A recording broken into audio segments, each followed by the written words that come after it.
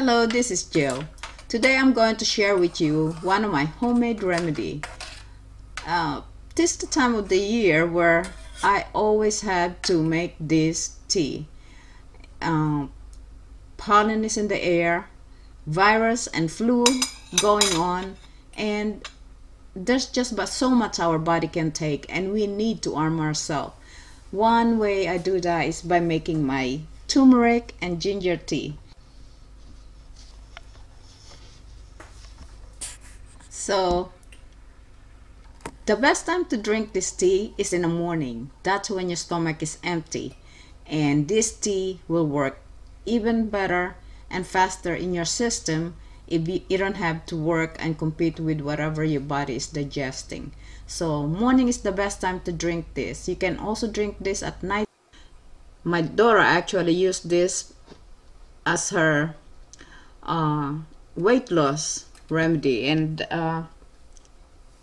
it works so well for her. She lost so much weight using this tea. Early in the morning she drinks it along with some lemon water. But here it is. I'm going to share with you.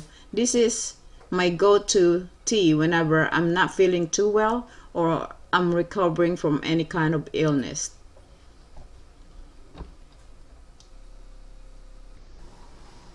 In this red bowl I have a very warm water, and I'm going to place these two ginger. These gingers are frozen, and the way to soften the skin so you could peel it off is by putting it under warm running water over in the sink. But I don't feel like going back and forth from the sink to the counter, so I just brought me a bowl of warm water so that I could soften up the skin of my frozen ginger.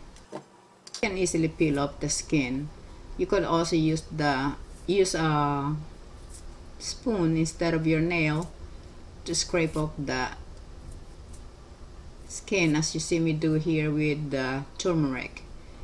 With turmeric I definitely must use a spoon in order to scrape off those skin. Now you don't have to scrape off or clean off the skin as long as you know that you have scrubbed up the turmeric. Okay, this is the reason why I like to make sure that I scrape off the skin of my ginger or my turmeric. You see those tiny little growths there? They sometimes hang on to the sandy sediment, and I don't like that on my tea. So I make sure that I break them off, make sure there's no dirt in there, rinse it out, and I don't throw those little pieces away. Once I'm sure they're very clean, I put them on my, I forgot what you call that in English, but it's pilon. in Spanish they call it pilon, but I make use of every pieces of my ginger and turmeric. Especially turmeric is a very expensive piece of root. So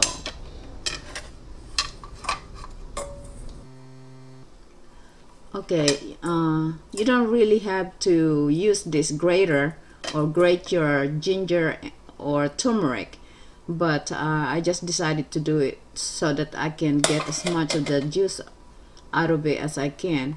But you don't have to use grater. You could just go ahead and put it into this kitchen gadget here. I believe it's called mortar or pilon in Spanish, and you could just pound it very well so that the pulp could easily release the juices. Okay, you want to benefit from all of that. I know that you can chop them. I've seen people slice it and then boil it like that. That will work too, but you're not getting as much as you should be getting if you were to pound it or grate it like this. Okay,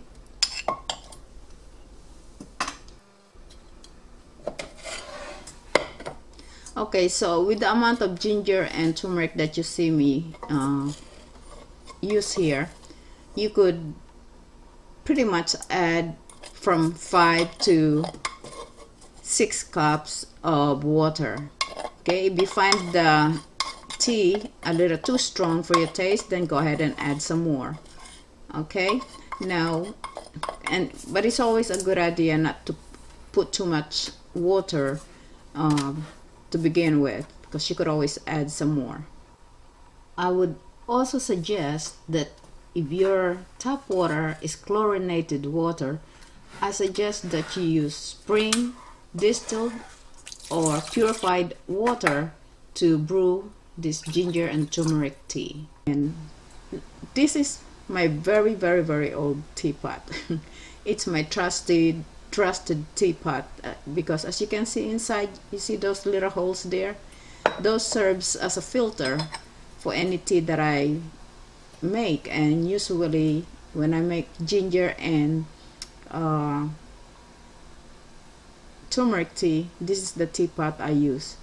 Now, if the taste of this tea is a little too strong for you, you can sweeten it up, you know, soften the flavor of it by adding honey.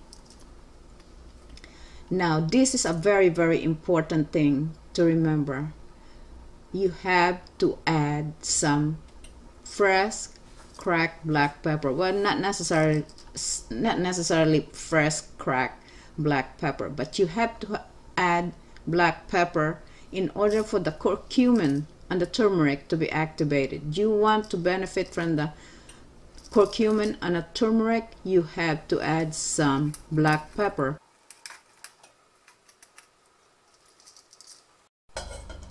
Okay, so bring the mixture to a slow boil and let it simmer on low heat, and go ahead and cover it.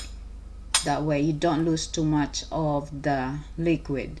But it's an important thing to remember that you have to let it simmer nice and slow to extract all of the juice from turmeric and ginger. And another thing to remember is that once you're done brewing your turmeric and ginger tea, you go ahead and transfer it to a non-metallic container, such as the teapot that you see me use here.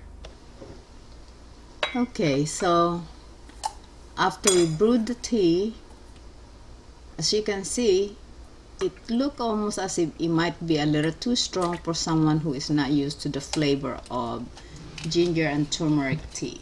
So you go ahead and add some of the water as you see me do here.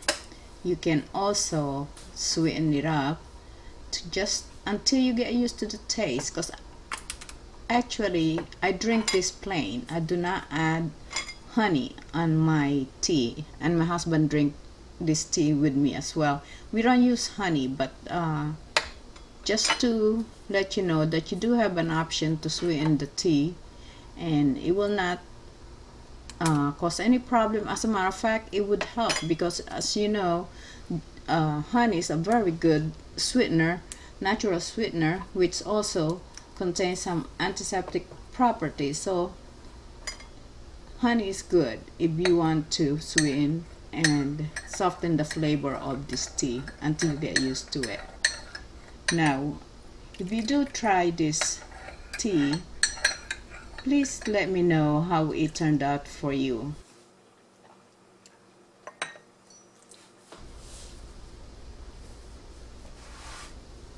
Thank you for watching this video. If you find this video helpful, informative in any way, please leave a comment, and don't forget to subscribe and click that notification bell so that you can be notified with my next upcoming videos.